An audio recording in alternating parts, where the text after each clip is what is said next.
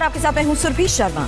नमस्कार, मैं हूं अमित पालित। सुबह के 9 बजे हैं, हम आपके लिए लेकर आए हैं 9 बजे 9 बड़ी खबर और आपको दिखाएंगे कोरोना वैक्सीनेशन के पहले 2 दिन में कैसे बना रिकॉर्ड और तीसरे दिन कहां कितना तेज चलेगा टीकाकरण। किसानों के ट्रैक्टर परेड पर सुप्रीम कोर्ट में याचिका और राम मंदिर निर्माण के चंदे को किसने बनाया ठगी का धंधा।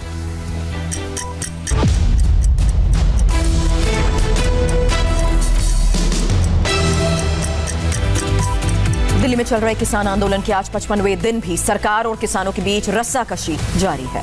इसमें नया विवाद है गणतंत्र दिवस पर किसानों के ट्रैक्टर परेड को लेकर, जिस पर आज सुप्रीम कोर्ट में सुनवाई होनी है। 3 कृषि कानूनों को रद्द करने की मांग पर किसानों और सरकार की रस्साकशी के बीच बड़ा मामला बन चुका है ट्रैक्टर परेड। 26 जनवरी को जिस परेड के लिए किसान संगठन अड़े हैं, उस पर अब सुप्रीम कोर्ट फैसला सुनाएगा। सुप्रीम कोर्ट में आज किसानों की ट्रैक्टर रैली से जुड़ी याचिका पर सुनवाई है। केंद्र सरकार की ओर से ये याचिका दिल्ली पुलिस ने दाखिल की है। दिल्ली पुलिस ने याचिका में ट्रैक्टर रैली पर रोक लगाने की मांग की है। दिल्ली पुलिस की दलील है कि ऐसी रैली से सुरक्षा व्यवस्था में दखल पड़ सकता है। हमने कहा कि शॉर्ट उन्होंने परेड करी है, अब की बार राष्ट्रपति भवन से और इंडिया गेट तक परेड करी है। हमने कहा कि आगे की परेड हम कर देंगे। देश की परेड छोटी कैसे होगी? बड़ा देश है, 70 साल से परेड हम बड़ी करते आ रहे हैं। हमको आगे की जाने की हमको दे दो। अब भाई वहां तक टैंक से करो, आगे ट्रैक्टर से करेंगे। देश का किसान पे ट्रैक्टर पे तिरंगा झंडा न लगे, ये तो नहीं हो सकता। ट्रैक्टर परेड को लेकर रविवार को सिंधु बॉर्डर पर संयुक्त किसान मोर्चा की भी बैठक हुई थी। इस बैठक में ट्रैक्टर परेड की रणनीति बनाई गई। इस रणनीति के तहत दिल्ली के आउटर रिंग रोड पर 26 जनवरी को ट्रैक्टर रैली निकाली जाएगी। ट्रैक्टर मार्च के दौरान कुल 50 किलोमीटर की यात्रा तय की जाएगी। इस परेड का हिस्सा बनने के लिए देश भर के अलग अलग शहरों में ट्रैक्टर मार्च की जोरदार तैयारियां दिख रही हैं। पंजाब, हरियाणा के कई शहरों से लेकर पश्चिमी उत्तर प्रदेश के इलाकों में किसान ट्रैक्टर परेड के लिए कमर कस चुके हैं। इस बीच सरकार ने किसानों से जिद छोड़ देने की अपील की है। सुप्रीम कोर्ट ने भी तीनों एक्ट के क्रियान्वयन को रोक दिया है, तो मैं समझता हूं जिद का सवाल ही खत्म होता है। किसानों की ट्रैक्टर परेड पर आज जब सुप्रीम कोर्ट में मामले की सुनवाई होगी, तो इसमें बड़ा पहलू होगा गणतंत्र दिवस पर सुरक्षा व्यवस्था के खतरे का।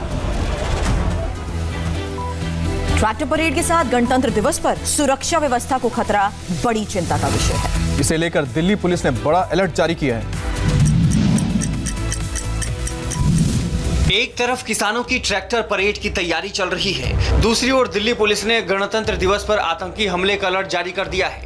दिल्ली पुलिस ने आशंका जाहिर की है कि कुछ आतंकी दिल्ली को बम और बारूद से टारगेट कर सकते हैं।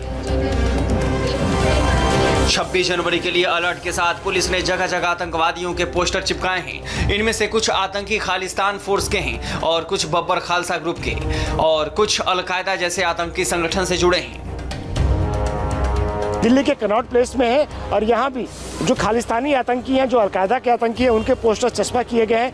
मसलन ये खालिस्तानी आतंकी हैं जो कि खालिस्तानी जिंदाबाद force, Khalistan commando force, Babbar Khalsa international जैसे तमाम जो खालिस्तानी आतंकी संगठन से जुड़े हुए हैं। इन आतंकियों की तलाश दिल्ली पुलिस को है, सुरक्षा एजेंसियों के हैं और इनके पोस्टर्स यहाँ चस्पा करके लोगों से अपील की गई कि लोग इन आतंकियों के बारे में कोई सूचना मिलती है या ये आतंकी कहीं दिखते हैं तो इनके बारे में सूचना दिल्ली पुलिस को देने की अपील की गई है। और बाकायदा दिल्ली पुलिस ने पुलिस कंट्रोल रूम के नंबर दिए हैं, इसके साथ साथ ड्यूटी अफसर के नंबर दिए हैं और साथ ही साथ जो स्पेशल सेल है उसके भी नंबर दिए गए हैं।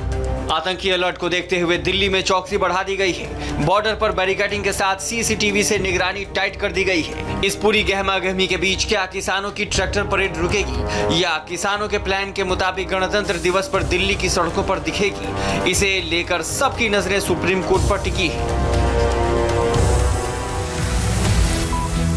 देश में आज कोरोना वैक्सीनेशन का तीसरा दिन है और पिछले 2 दिन में 2.25 लाख लोगों को टीका लग चुका है। और संडे की वजह से दूसरे दिन टीकाकरण थोड़ा धीमा जरूर रहा, लेकिन इन 2 दिनों में ही भारत ने अमेरिका और ब्रिटेन जैसे देशों को पीछे छोड़ दिया। 2 दिनों में 2,24,301 लोगों को टीके के साथ अमेरिका, ब्रिटेन और फ्रांस जैसे देशों से आगे निकल गया है भारत। शुरुआती दौर में ही इन देशों के मुकाबले कई गुना ज्यादा टीकाकरण हुआ। हालांकि रविवार को टीकाकरण का काम थोड़ा धीमा रहा। इस दिन सिर्फ 6 राज्यों में वैक्सीनेशन ड्राइव को अंजाम दिया गया। वो आज सोमवार से फिर से गति पकड़ेगा। कोरोना वैक्सीन लगाने का दिन हर राज्य में अलग अलग तय है। यूपी और हिमाचल जैसे राज्यों में वैक्सीनेशन का काम हफ्ते में 3 दिन किया जा रहा है, जबकि दिल्ली, गुजरात, बिहार, महाराष्ट्र, मध्य प्रदेश, हरियाणा, जम्मू कश्मीर, झारखंड और उत्तराखंड में हफ्ते में 4 दिन टीका लगाए जा रहे हैं। वैसे आंध्र प्रदेश और मिजोरम में हफ्ते में 6 दिन वैक्सीनेशन ड्राइव चलाई जा रही है। जो दिवस निर्धारित किए हैं सभी राज्यों ने कोविड वैक्सीनेशन के लिए, उनकी संख्या और कौन से दिवस हैं उसके संबंध में आपको अवगत कराना चाहता हूं कि सामान्य सिद्धांत ये है कि छुट्टी के दिन और जिन दिवसों में रूटीन इम्यूनाइजेशन होता है उन दिवसों के अलावा राज्यों ने अपने दिवस निर्धारित किए हैं। दिल्ली में रविवार के ब्रेक के बाद आज फिर से वैक्सीनेशन का काम शुरू होगा। दिल्ली में 81 वैक्सीनेशन सेंटर्स हैं, जिनको 175 तक किया जाना है। सरकार के वैक्सीनेशन प्लान के मुताबिक जो लोग घर से वैक्सीनेशन बूथ तक नहीं पहुंचे, उनको सेंटर तक लाने के लिए दिल्ली सरकार जागरूकता अभियान चलाएगी। इसकी वजह है वैक्सीन को लेकर फैल रही अफवाहें। यूपी के बरेली में ऐसे लोगों के खिलाफ नकेल कसी जा रही है। स्थानीय प्रशासन से ऐसे अफवाहबाजों के खिलाफ फौरन एक्शन लेने को कहा गया है, जिसके बाद बरेली में कुछ ऐसे अज्ञात लोगों के खिलाफ केस भी रजिस्टर किए गए हैं। यहाँ पैम्फलेट लगाकर एक खास समुदाय से वैक्सीनेशन से दूर रहने की अपील की गई थी। वैक्सीन लिया है, 24 घंटे से अधिक हो गया, क्या बॉडी में? आपके सामने बिल्कुल सकुशल खड़ा हूँ, स्वस्थ हूँ, मुझे कोई भी चीज महसूस नहीं हुई। लोगों से सर क्या अपील करेंगे जो भ्रमित? कहूँगा कि इस भ्रम को खत्म करें और वैक्सीन सभी लोग लगवाएं। प्रधानमंत्री से लेकर स्वास्थ्य मंत्री तक ऐसे अफवाहबाजों से सतर्क रहने की अपील कर चुके हैं, क्योंकि भारत की कोरोना वैक्सीन दुनिया की सबसे सेफ वैक्सीन है।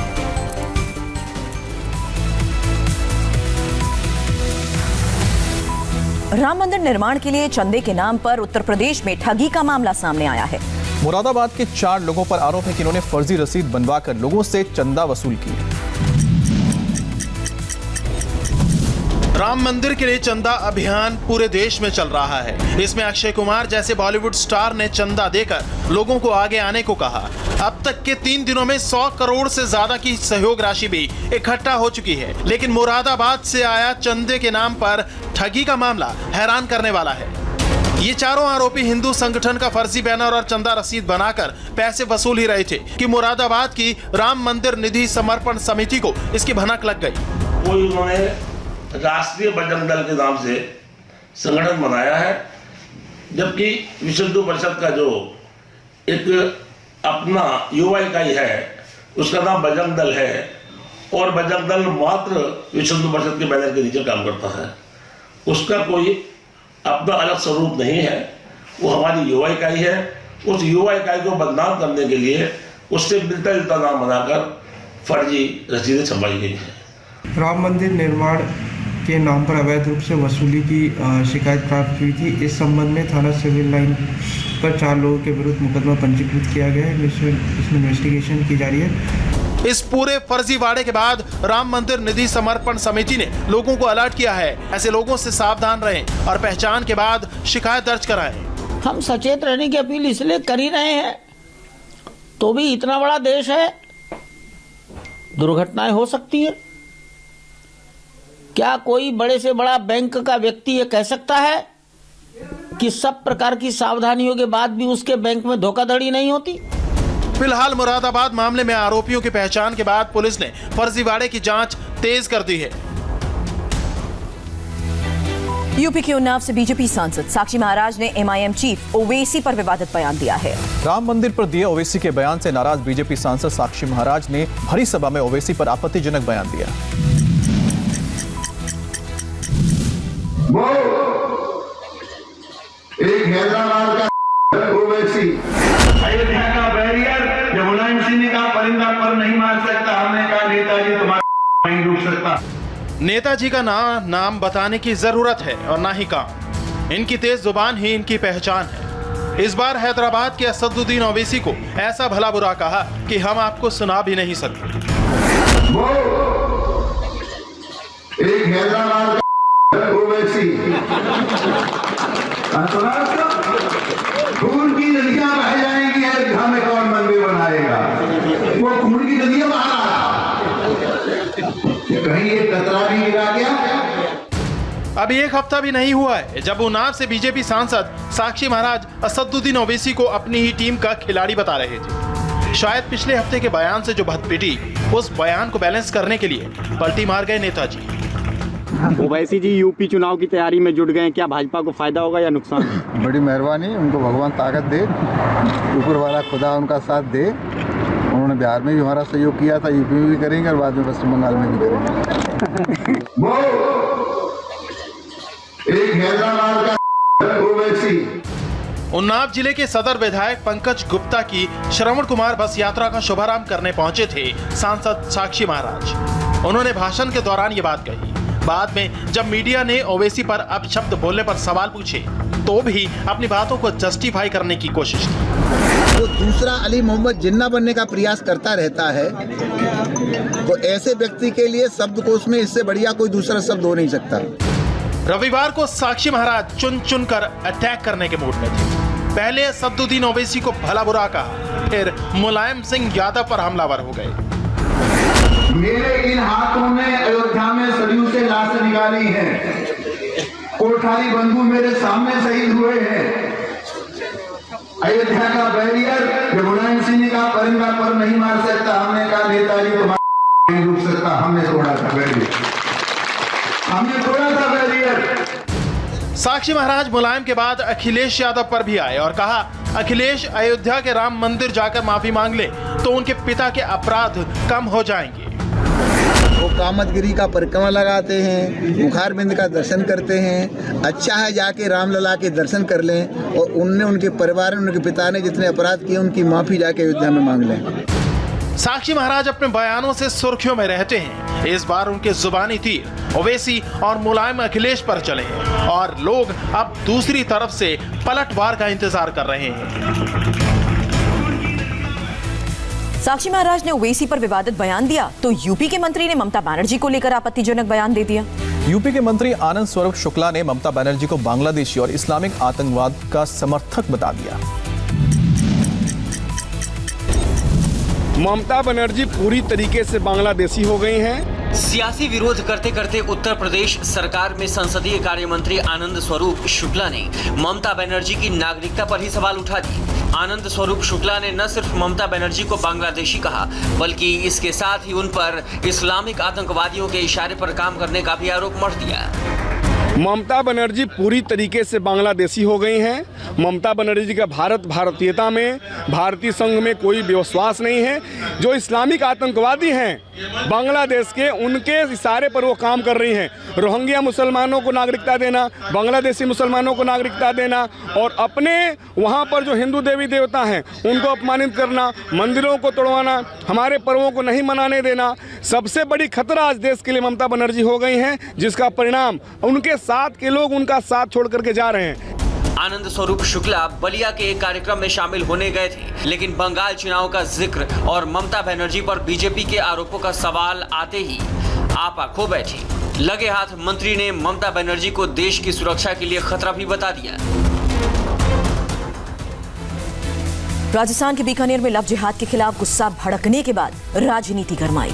पीड़ित परिवार के सोशल मीडिया पर वीडियो पोस्ट करने के बाद इंसाफ की मांग उठी। हंगामे की ये तस्वीरें बीकानेर की, जहां लव जिहाद के एक मामले ने ऐसा तूल पकड़ा कि लोग सड़कों पर हंगामा करने पर उतारू हो गए। बीकानेर के गजनेर रोड स्थित धर्मशाला से हजारों की संख्या में लोग कलेक्टर ऑफिस तक पहुंचे। कलेक्ट्रेट परिसर के बाहर जमकर नारेबाजी की। पिछले कुछ दिनों से चल रहा लव जिहाद का मुद्दा रविवार को तूल पकड़ लिया। कई हिंदू संगठनों ने विरोध जताते हुए प्रदर्शन किया। इस दौरान प्रदर्शनकारियों ने मामले की निष्पक्ष जांच कराने, पीड़ित परिवार को इंसाफ दिलाने और दोषियों के खिलाफ सख्त कार्रवाई करने की मांग की। साथ ही पुलिस पर भी मामले को दबाने का आरोप लगाया। हम लोगों की डिमांड थी कि दादा ने जो एक अनाउंसमेंट किया लड़की के दादा ने कि उनके साथ जाती हुई है, मेरे साथ न्याय होना चाहिए। लड़की के दादा खुद अभी एसपी साहब से, कलेक्टर साहब से बात करके आए, वो खुद संतुष्ट हैं और इन्होंने बोला है कि ये कार्रवाई होनी चाहिए और ये कार्रवाई होगी तो मुझे कोई दिक्कत नहीं है।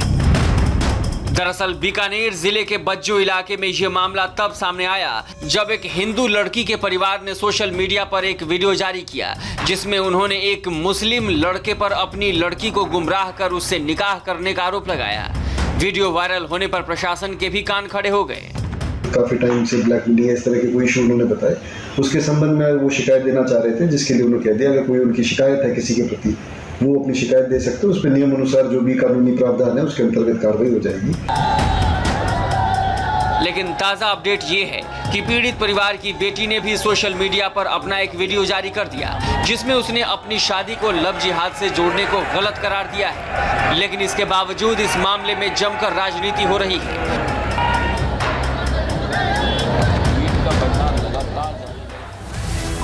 बेनामी संपत्ति के मामले में बढ़ सकती है प्रियंका गांधी के पति रॉबर्ट वाड्रा की मुश्किलें। प्रवर्तन निदेशालय रॉबर्ट वाड्रा को हिरासत में लेकर पूछताछ करना चाहती है।